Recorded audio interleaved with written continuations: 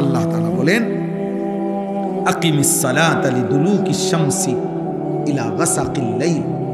আল্লাহ বলেন, হে বন্ধু, আপনি আপনার অনুসারীদেরকে নিয়ে দ্বীপ প্রহরের সূর্য, দুপুরের সূর্য যখন হেলতে শুরু করে তারপরে যেই নামাজের ওয়াক্ত শুরু হয় সেটা কোন নামাজ? জোহর। ওই জোহর থেকে শুরু করে পূর্ণভাবে সন্ধ্যার সূর্য ডুবার পরে যখন রাত পূর্ণভাবে অন্ধকার শুরু হয় ওই পর্যন্ত যেই নামাজ, কোন নামাজ? এশার নামাজ। তাহলে জোহর থেকে এশা কয় ওয়াক্ত হইল? 4 ওয়াক্ত। আপনি আপনার অনুসারীদেরকে নিয়ে এই 4 ওয়াক্ত নামাজ পড়ুন। তাহলে বাদ রইল ফজর, বাদ রইল ওয়া কুরআন আল ফজর, এবং বিশেষভাবে ফজরের নামাজ পড়ুন। আল্লাহ এভাবে বলছেন। তাহলে বিশেষভাবে ফজরের নামাজ পড়তে বলছে না জুমার নামাজ? জুমার নামাজ আর জোহরের নামাজ তো একই ওয়াক্ত, শুধু দিনের ভিন্নতার কারণে নাম ভিন্ন। শনিবার, রবিবার, মঙ্গলবার, সোমবার, বুধবার, বৃহস্পতিবার যেই জোহর ওইটাই শুক্রবারে জুমা, নাকি আলাদা জোহর 1 ওয়াক্ত, জুমা 1 ওয়াক্ত? শুক্রবারে জুমা কি, আরে শুক্রবারে নামাজ কি 6 ওয়াক্ত? কয় ওয়াক্ত? কিন্তু আল্লাহ বলছেন, বলার ঢংটা দেখছেন? কোরআনুল আয়াত। বন্ধু, 4 ওয়াক্ত নামাজ সূর্য পশ্চিম দিকে হেলে যাওয়ার শুরু থেকে রাত্র পূর্ণ হওয়া পর্যন্ত যেই নামাজ তা আদায় করুন, এবং বিশেষভাবে ফজরের নামাজ। এখন শেষ কথা হলো, ইন্না কুরআন আল ফজরি কানা মাশহুদা। আমরা যদি সবাই প্রশ্ন করি বা নবী নিজেও যদি প্রশ্ন করে, আল্লাহ বলেন তো 4 ওয়াক্ত একসাথে বললেন, এবং বিশেষ করে কোন নামাজ? এটা আলাদা বললেন কেন? এটা আলাদা কেন বললেন? আল্লাহ নিজে উত্তর দিচ্ছে যে, বন্ধু আমি জানি আপনি এটা জিজ্ঞাইবেন, অথবা এটা যে কেউই জিজ্ঞাসা করবে, আমি বলে দিচ্ছি, ইন্না কুরআন আল ফজরি কানা মাশহুদা। নিশ্চয়ই ফজরের নামাজ হলো আমার সৃষ্টি ইমানদার, আমার আনুগত্যশীল বান্দার একত্রিত হওয়ার সময়, টাইম অফ অ্যাসেম্বলি, একত্রিত হওয়ার সময়। আমার আনুগত্যশীল বান্দা মখলুক ফজরের ওয়াক্তে একত্রিত। আর একটু আবার কানা মাশহুদা, একত্রিত মানে কি? এই মানে বলি, রাসূলুল্লাহ সাল্লাল্লাহু আলাইহি সাল্লাম বলছেন, প্রত্যেক সন্ধ্যায় এই সারা রাত আল্লাহর এই জমিনে কোটি কোটি ফেরেশতা আল্লাহ তাআলার পক্ষ থেকে আমাদের মানুষের বিভিন্ন দায়িত্ব আদায় করে। বুঝছেন? আমাদের সাথে কিন্তু শুধু এই 2 জন ফেরেশতা না, জানেননি আপনারা যে এই 2 জন ছাড়া যে আরো ফেরেশতা আছে, আলাদা ডিপার্টমেন্ট আছে, আরো ডিপার্টমেন্ট, হাদিস আছে, আরে কোরআনে আছে, মা ইয়ালফিজু মিন কাউলিন ইল্লা লাদাইহি রাকিবুন আতীদ। এই আরেকজন ফেরেশতা। প্রত্যেক মানুষের জিহ্বার কথা লেখার জন্য পৃথক ফেরেশতা আরেকজন আছে, এই 2 জন ছাড়া। কোরআনুল কারীমের মধ্যে আল্লাহ তাআলা স্পষ্টভাবে বলছেন এটা, লাহু মুআক্কিবাতুম মিন বাইনি ইয়াদাইহি ওয়া মিন খালফিহি ইয়াহফাজুনাহু মিন আমরিল্লাহ। কোরআন শরীফের আয়াত। আল্লাহ বলে, প্রত্যেক মানুষের সাথে আমার এক দল ফেরেশতা আছে যারা সামনে এবং পিছন থেকে আমি আল্লাহর হুকুম অতক্ষণ তাকে নিরাপত্তা দিতে থাকে। আমি যদি বলি নিরাপদ থাকবে তাহলে নিরাপদ, আমি যদি বলি অ্যাক্সিডেন্ট হবে তাহলে তারা সরেছে। ইয়াহফাজুনাহু মিন আমরিল্লাহ। নালে যে মানুষ আজ 3 বছর অ্যাক্সিডেন্ট করলো না, আজকে অ্যাক্সিডেন্ট করলো, কথা বুঝেন না? এইতে তাই যে 3 বছর ধরে মোটরসাইকেল চালায়, কোনো অসুবিধা হলো না, আজকে অ্যাক্সিডেন্ট করলো কেন? ওই যে ইয়াহফাজুনাহু মিন আমরিল্লাহ। আল্লাহ বলছে আমার ফেরেশতা আমার হুকুমে নিরাপত্তা দেয়। এই জন্য দোস্ত, নিরাপত্তা মূলত দেয় কে? আল্লাহ। বেঁচে থাকার এক এক সেকেন্ড আমাদের নিরাপত্তা দেয়। তো এই জমিনের এই ফেরেশতারা সব সারা রাত যারা ডিউটি করে ফজরের ওয়াক্তে, ফজরের নামাজের সময় তাদের ডিউটি শেষ হয়।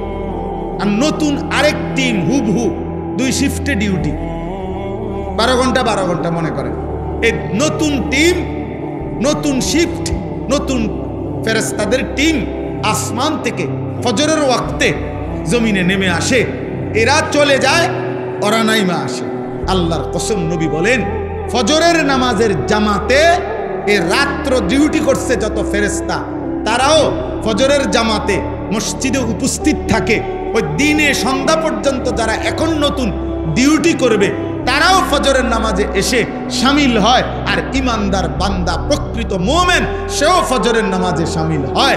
এজন্য আল্লাহ বলছে, আমার আনুগত্যশীল বান্দারা, আমার অনুগত বান্দা মাখলুক ফজরের ওয়াক্তে একত্রিত হয়।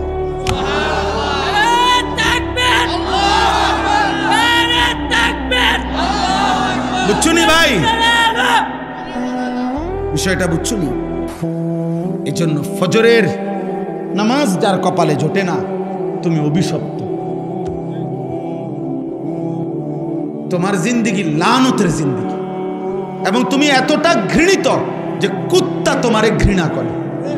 বুজুর্গানে দিন আউলিয়ায়ে কেরাম বলছে, কিতাবে আছে, আউলিয়ায়ে কেরামরা বলছে, সকালের কুত্তা ঘুম থেকে জেগে জাগার মুহূর্তে আল্লাহর কাছে ফরিয়াদ করে, আল্লাহ প্রথম নজর কেন বেনামাজি নাফরমান, আপনার কোন নাফরমান বান্দার উপরে যেন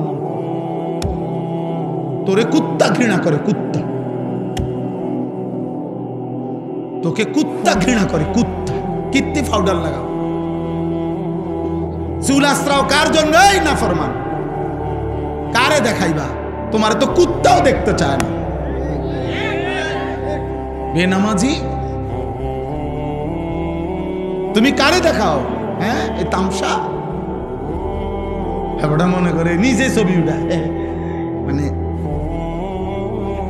বাঁকা হয় ছবি উঠায়, মোটর সাইকেলে কাইতে হয় ছবি, ঠ্যাঙ্গালগি দেয় ছবি উঠায়। মূলত সমস্যা হইল তারসিরা। প্রত্যেক তারসিরা ব্যক্তি দেখবেন নিজেরে নিয়ে নিজে হাসে। হ্যাঁ, এটাই তো পাগলের চিহ্ন, এটারই তো পাগল। এই জন্য আমি তো, এটা আমার একটা ফতুয়া, এটা আমি ব্যক্তিগতভাবে এই ফতুয়া দিয়ে থাকি যে যারা সেলফি উঠায়, মানে নিজের ছবি নিজে উঠায়, ও তারসিরা, অপ্রতিবন্ধী, ওর ব্রেনের সমস্যা, ও ভালো ডাক্তার দেখানো দরকার, প্রয়োজনে পাবনা। আমার অনেক পরিচিত লোক আছে আলহামদুলিল্লাহ পাবনা। তোমরা কারো লাগলে আমার সাথে যোগাযোগ করলে আমি একদম ভালো ডাক্তার দেখাই। আমি এই গত 2 মাস আগেও পাবনা বিশাল মাহফিল করে আসছি।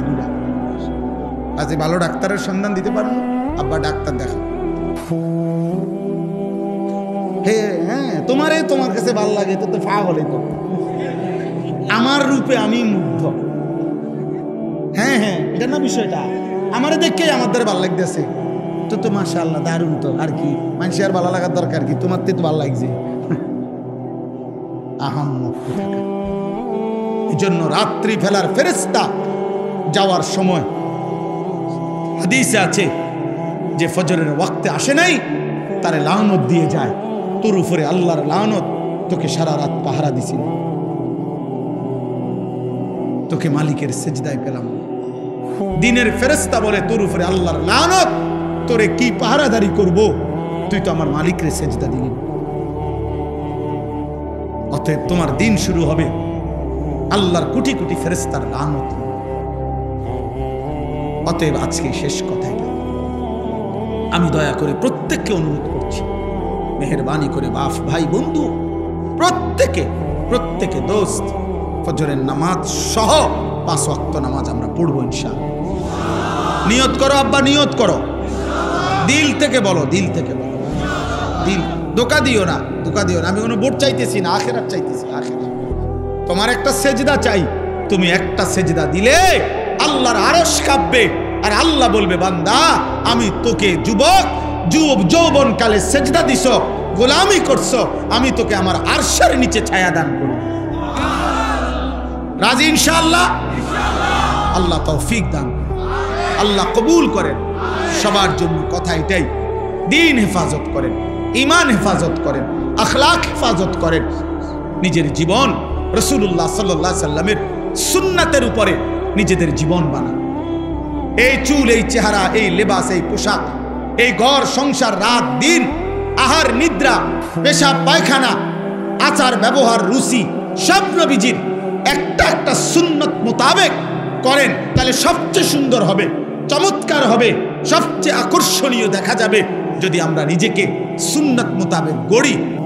আমি 21 বছর ধরে আলহামদুলিল্লাহ আল্লাহর দয়া কম বেশি কথা বলার যেটুকু সুযোগ হয়েছে তা আমি আমার শ্রোতা 4 জনও দেখছি, আমার মনে আছে 20 জনও দেখছি, 70 জনও দেখছি। আমি ঘড়ির ঘন্টায় 4 ঘন্টা বয়ান করছি, মানুষ 20 জন হতো,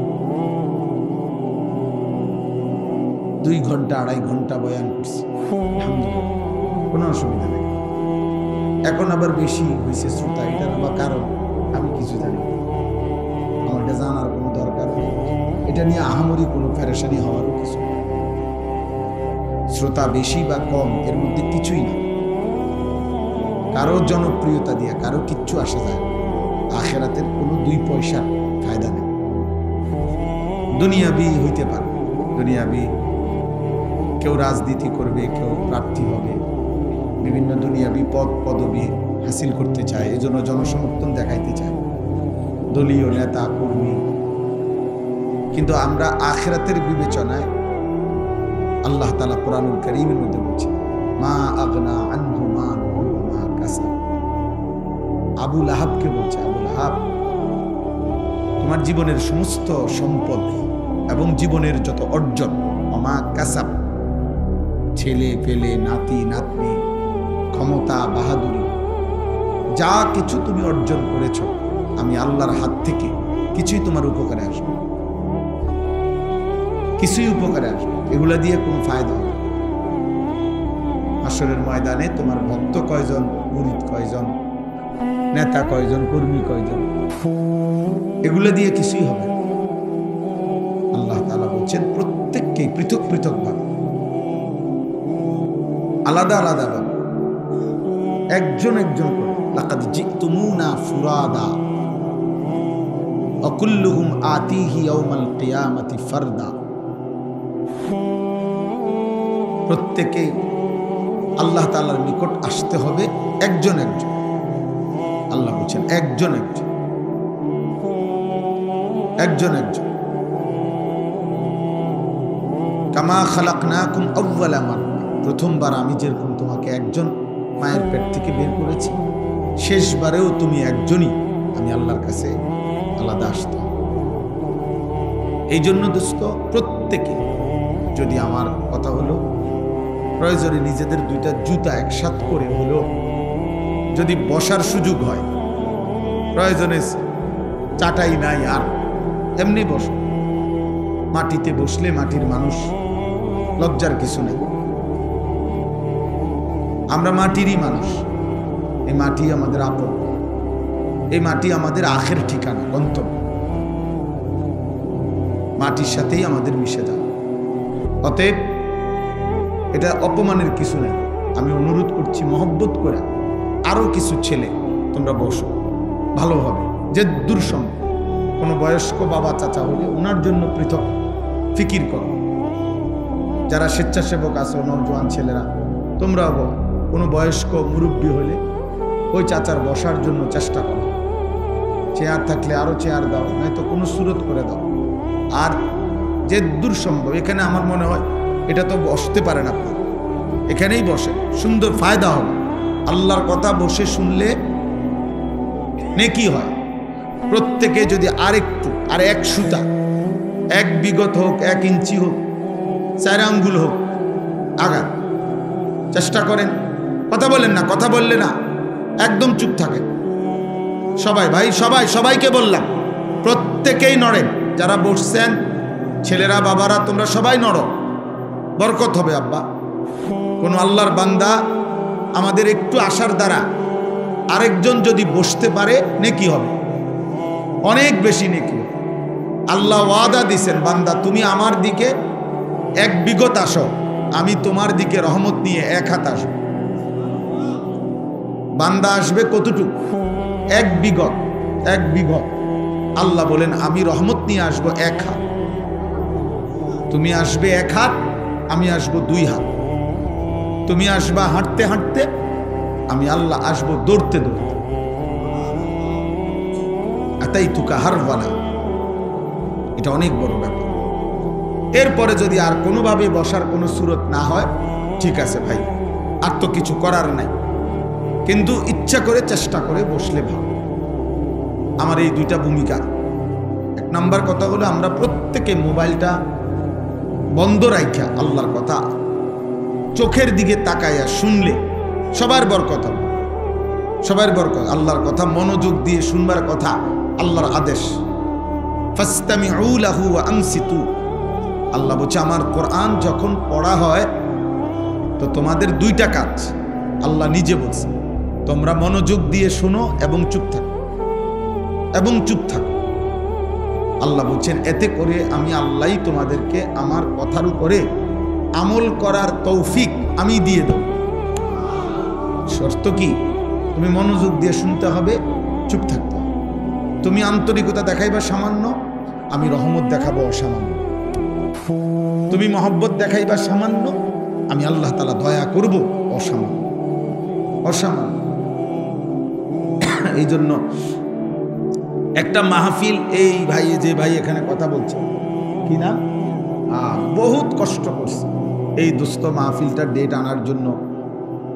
কই, হ্যাঁ, এই যে অনেক কষ্ট করছে ভাই, অনেকবার আমার সাথে দেখা করছে, আমার কাছে গেছে, তো মিলানো যাচ্ছিল না। আলহামদুলিল্লাহ, আল্লাহর দয়া এটুকু সুযোগ হয়েছে, আল্লাহ আনাইছে। তো আমার কথা হলো, তোমার নাম কি আব্বা? হুজাইফা। মাশাআল্লাহ, হাফেজ হুজাইফা। হুজাইফা ব্যক্তিগতভাবে আমার পছন্দের একটা নাম। রাসূলুল্লাহ সাল্লাল্লাহু আলাইহি সাল্লামের একজন বিখ্যাত সাহাবীর নাম হুজাইফা। নবীজি সাল্লাল্লাহু আলাইহি সাল্লামের গোপন বিষয় সবচেয়ে বেশি যিনি জানতেন, তিনি হচ্ছেন হুজাইফা। সাহিবু সিররিন নবী ওনাকে বলা, নবীজির গোপন বিষয় জানতে বলা সাহাবী হুজাইফা। কিয়ামতের পূর্বে কি কি হবে এইগুলো যে সমস্ত সাহাবারা বর্ণনা করছেন নবীজির থেকে, তন্মধ্যে সবচেয়ে বেশি বর্ণনা করছেন এই সাহাবা হুজাইফা, কিয়ামতের আলামত।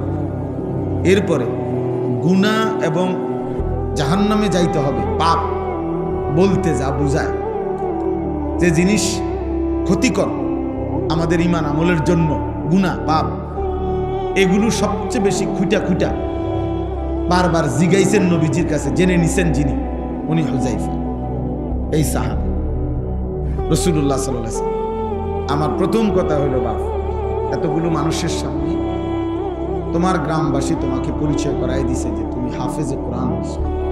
বাকি চুল, চেহারা, লেবাসে মনে হয় চেহারা সুরতে আরেকটু পড়া লেখা, আমল, আখলাকের প্রতি মনোযোগী হতে হবে। নিজেকে আগামী 1 বছর পরে, 2 বছর পরে এমন যেন না হয় তুমি মহল্লাবাসীকে অপমান করলা যে নিজের উল্টা চলাফেরার দ্বারা, তাইলে সেটা হবে এতগুলো মানুষের জন্য কষ্টের কারণ। এই জন্য আল্লাহ যেন তাকে সত্যিকার একজন হাফেজ, আলেম হিসাবে, উম্মতের খাদেম হিসাবে কবুল করে নেন। আপনারাও দোয়া করুন। তোমার কাছে আমার এটা কথা, অনুরোধ, কোরআনকে অপমান করো না, দ্বীনকে অপমান করো না, আল্লাহকে অপমান করো না, রাসূল সাল্লাল্লাহু আলাইহি সাল্লামের মেহনতকে অপমান করো আমার চলার দ্বারা, ফেরার দ্বারা, উঠা বসার দ্বারা। এমন যেন মানুষ না হয় যে চোখ আঙুল দিয়ে কেউ বলবে, দেখো হুজুর মানুষ কি করে, হাফেজ সব মানুষ কি করে। এটা যেন আমি মূলত ব্যক্তি কি হলাম না, অপমানিত না, এটা আমার দ্বীনকে কি করলাম, অপমান। এটা খুব সাংঘাতিক। এই জন্য যারা আল্লাহর কোরআন পড়ে, হাফেজ, আলেম, তাদের খুব বেশি সতর্ক থাকতে হবে। মানুষ এই জন্য কথায় কথায় তখন বলে ফেলে, হ্যাঁ আপনি না একটা হুজুর মানুষ, আপনি কেমনে এত বড় মিশা কথাটা বুঝছেন? হ্যাঁ, মানুষ নিজের পাপ থাকার পরেও কোনো আলেমের পাপ পছন্দ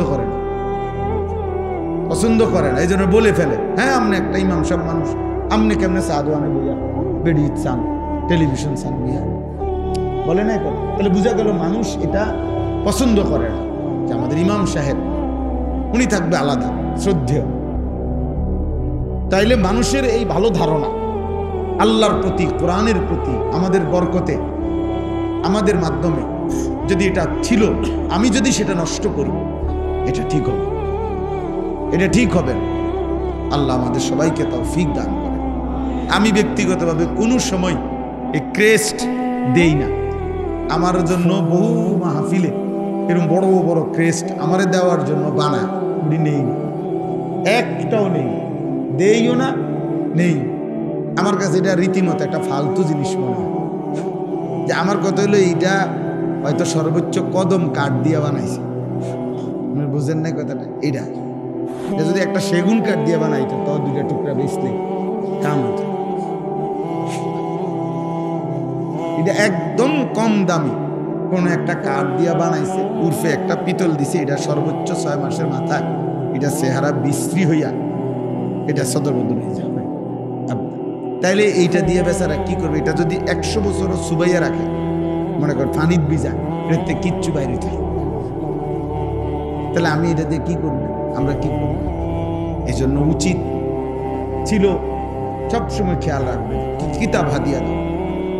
কিতাব শ্রেষ্ঠতম নেওয়া কিতাব। হ্যাঁ, আমার ছেলে কিছুদিন আগে আমার মাদ্রাসায় আমরা সবসময় কিতাব হাদিয়া দিই। তো আমার ছেলে তাফসিরে তাওজিহুল কোরআন, কোরআন শরীফের একটা তাফসির 3 খণ্ডে বাংলা অনুবাদ হয়েছে, খুব সুন্দর। আমার খুব দরকার, আমার ব্যক্তিগত খণ্ডটা আমি পাচ্ছি না। আমার ছেলে আমারে বলে উঠছে, আব্বু আমি যে একবার পুরস্কার পাইছি, ওখানে এই খণ্ডটা আছে, আমারটা দেই। আমি হ্যাঁ আব্বা দাও।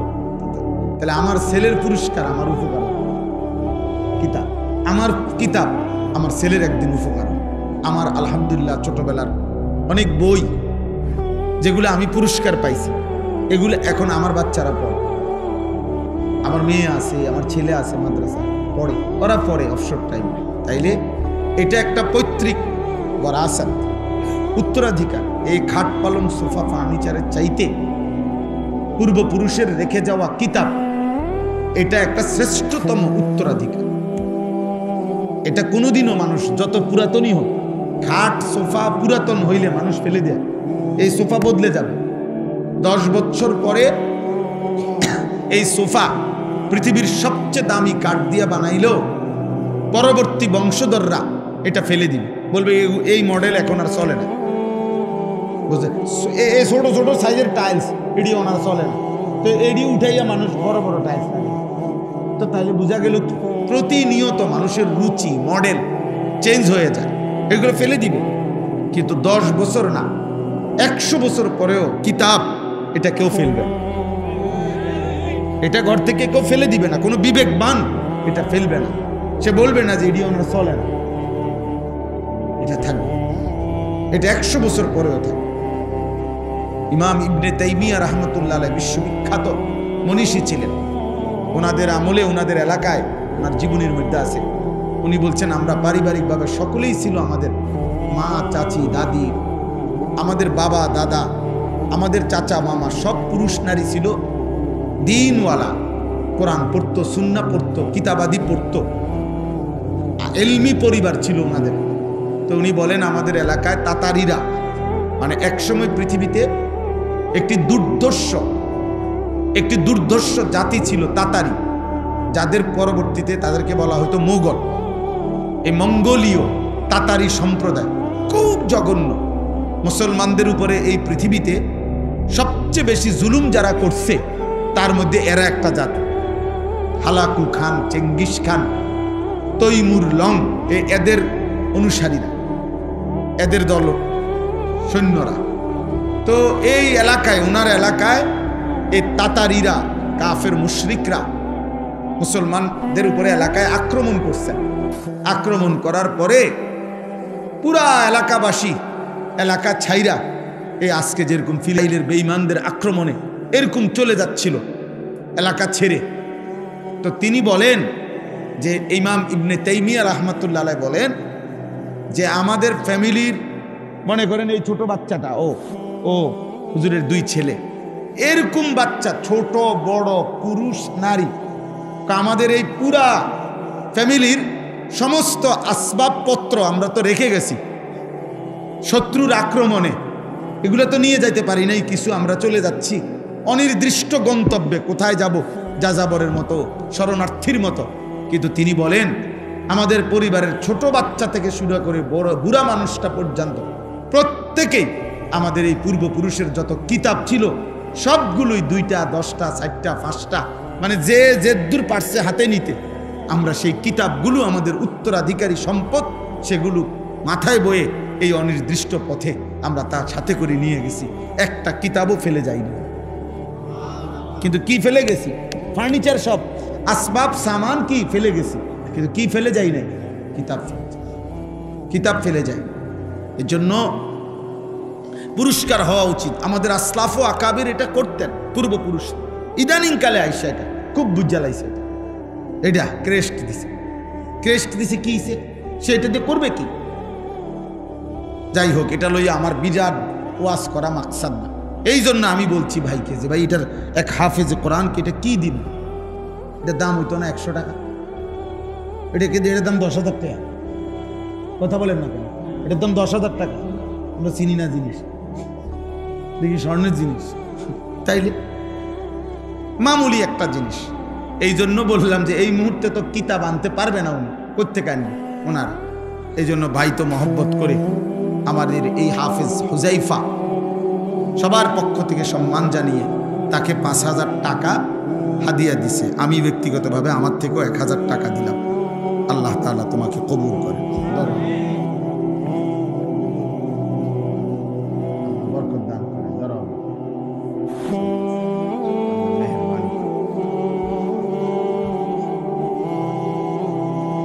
আল্লাহ তাআলা সবাইকে কবুল করেন। আমি প্রত্যেক দিন আমার সাদা গাড়িতে সুন্নাতের একটা পূর্ণাঙ্গ নবীজির সুন্নতের বই বিক্রি করি। আমার নবী সাল্লাল্লাহু আলাইহি সাল্লামের জীবনের সমস্ত সুন্নাত, এই যে বইটা তালিমুস সুন্নাহ, প্রায় 600 পৃষ্ঠা ব্যাপী নবীজির জীবনের সমস্ত সুন্নাত, ছোট বড় বিস্তারিত ব্যাখ্যা সহ দলিল সহ এমন সুন্দর লিখছে। আমি এটা ব্যক্তিগতভাবে পড়ি, আমার নিজের মোতালাও করি। আলহামদুলিল্লাহ, আমাদের ঢাকা গাজীপুরের একজন বড় আল্লাহওয়ালা বুজুর্গ অধ্যক্ষ মিজানুর রহমান চৌধুরী, কাপাসিয়ার হজরত, বহুত বড় আল্লাহওয়ালা, সমস্ত আলেমদের কাছে উনি অনেক শ্রদ্ধেয় মানুষ। উনি এই কিতাবটা লিখছেন। আপনাদের কাছে অনুরোধ, যার সুযোগ হয় 400 টাকা মূল্যে এই কিতাবটা আপনারা আমাদের সাদা গাড়ি থেকে কিনবেন। সর্বশেষ আর 1 মিনিট কথা হলো, আমার একটা ছোট্ট আবেদন আছে।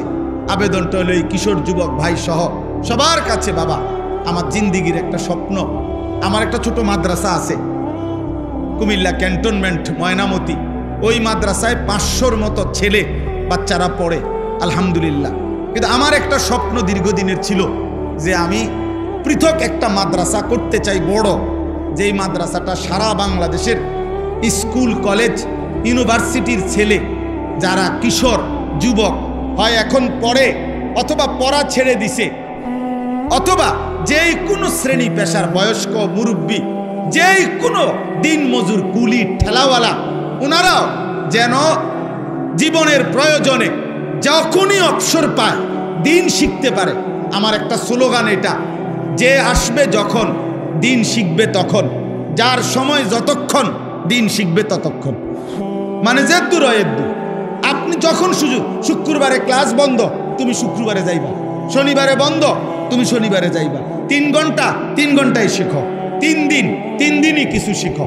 এরকম একটা বড় আলাদা শিক্ষক কর্মচারী রেখে আমি একটা মাদ্রাসা করার আশায় 118 শতক জায়গা একসাথে আমি কিনছি, আলহামদুলিল্লাহ।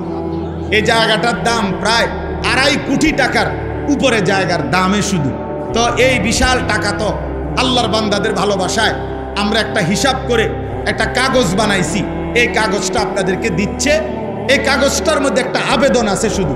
আবেদনটা হলো এক নামাজের মুসল্লা পরিমাণ, জায় নামাজ পরিমাণ জমির দাম, মাটির দাম 4200 টাকা। যদি কোনো আল্লাহর বান্দা এই টাকাটা আমাদের মাদ্রাসায়, এখানে বিকাশ নাম্বার আছে, অ্যাকাউন্ট নাম্বার আছে, যদি দেয় তো ইনশাআল্লাহ আমরা তাকে আজীবন আমাদের মাদ্রাসার উন্নয়ন সদস্য হিসাবে গ্রহণ করে নেব, লিখে নেব ওনার নাম, মোবাইল নাম্বার। প্রতিটা দোয়ায় উনি সদকায়ে জারিয়ার সওয়াব পাইতে থাকবেন। আশা করি ইনশাআল্লাহ আমার একটা স্বপ্ন, আমার যুবকরা দিন শিখবে, ঈমান শিখবে, আল্লাহ চিনবে, আগামী দিনে কালেমার পতাকা উড়াবে ইনশাআল্লাহ।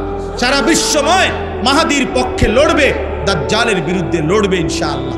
এখনই মাদ্রাসায় এরকম পড়ালেখার ব্যবস্থা আমরা করছি, তবে এখন ছোট্ট অল্প করে আমরা বড় করে করতে চাই। এই কাগজটার এই আবেদন যার ভালো লাগে নিজে বলে পারেন, অথবা অন্য কাউকে দিয়ে পারেন, অথবা কেউরে বইলা কারো বাবা বিদেশ, ভাই বিদেশ, যে কোনো পুরুষ নারী যিনি দিবেন, আমাকে মোবাইল নাম্বারটা আমরা পাইলে আমরা ওনারে আজীবন উন্নয়ন সদস্য হিসাবে গ্রহণ করব। আল্লাহ আমাদেরকে তৌফিক দান করেন, কবুল করেন। সবাই মিলে এই কাগজ যেদূর পারেন নিয়েন, চেষ্টা করেন, আর বইটা কেনার চেষ্টা করবেন। আল্লাহ আজকের এই মুবারক মাহফিল এবং এশার নামাজ পরবর্তী সমস্ত ওলামাদের বয়ান আবার শুনবেন, আবার আসবেন। আল্লাহ কবুল করেন।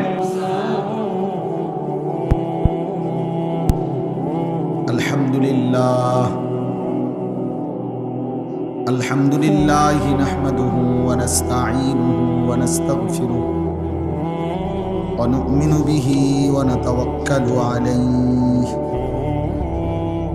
ওয়া নাউযু বিল্লাহি মিন শুরুরি আনফুসিনা ওয়া মিন সাইয়্যাতি আ'মালিনা من يهده الله فلا مضل له ومن يضلل فلا هادي له ونشهد أن لا إله إلا الله وحده لا شريك له ونشهد أن سيدنا وحبيبنا ومولانا محمدا عبده ورسوله أما بعد فأعوذ بالله من الشيطان الرجيم بسم الله الرحمن الرحيم